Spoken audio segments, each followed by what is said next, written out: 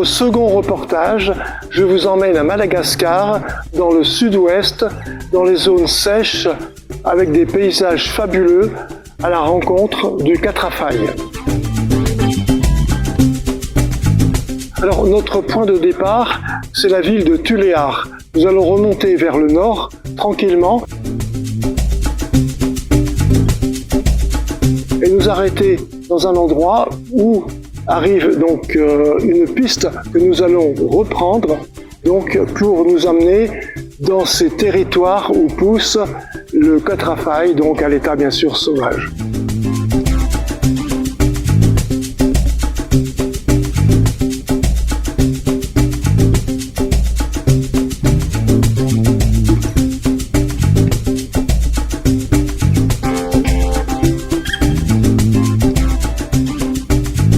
Il y a plusieurs espèces de Quatrafaille. Alors nous avons comptabilisé 6 espèces différentes, je dirais, sur le grand sud-ouest de Madagascar.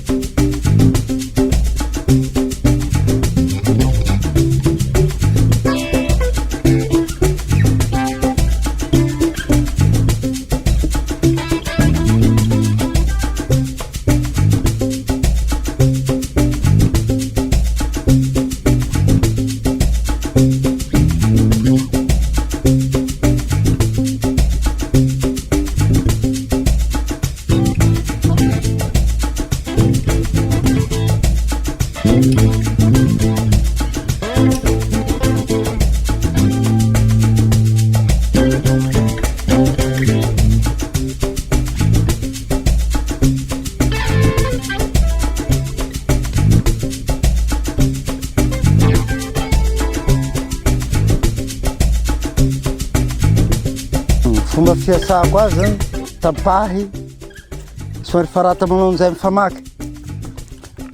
Fa tsy manao an'izay amin'ny famaky. Angala amin'ny sisiny toy, angala amin'ny sisiny toy dia toy alako. Feheko moramora koa, andesiko koa avonjany namany reo. Io hoan'izay, avary magnambany, avonjany sarety igny ambany agny.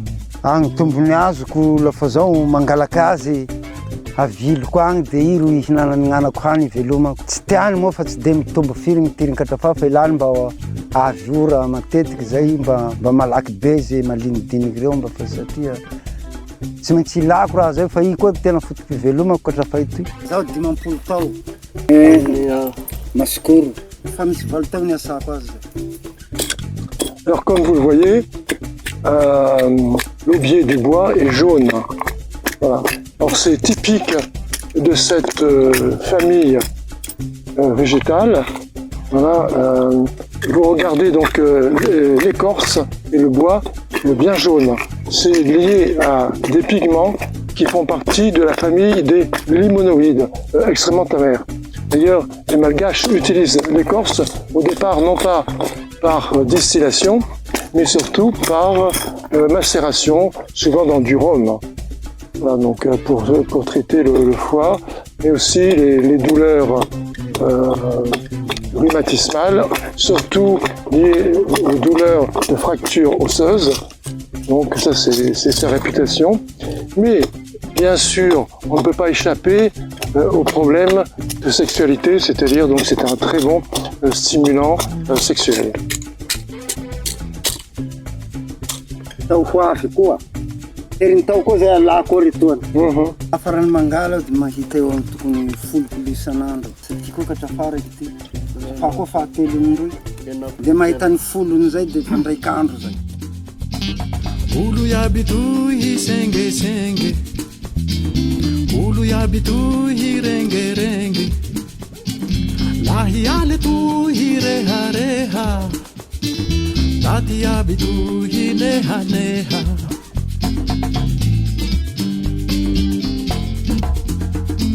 Kulure ke tamandrene, ajajare ni peisendraene, tanura.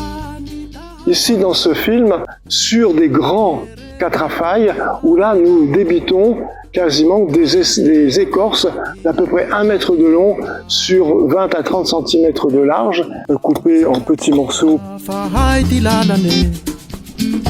Atsika yabiara kamine Sehani achihengane Kahusuati yafarane Ulu yabitu. Ensuite, elles sont mises dans des ballots. Donc le transbordement de ces ballots sur un taxi-brousse qui va les emmener à Tuléar où nous avons donc un alambic pour les distiller.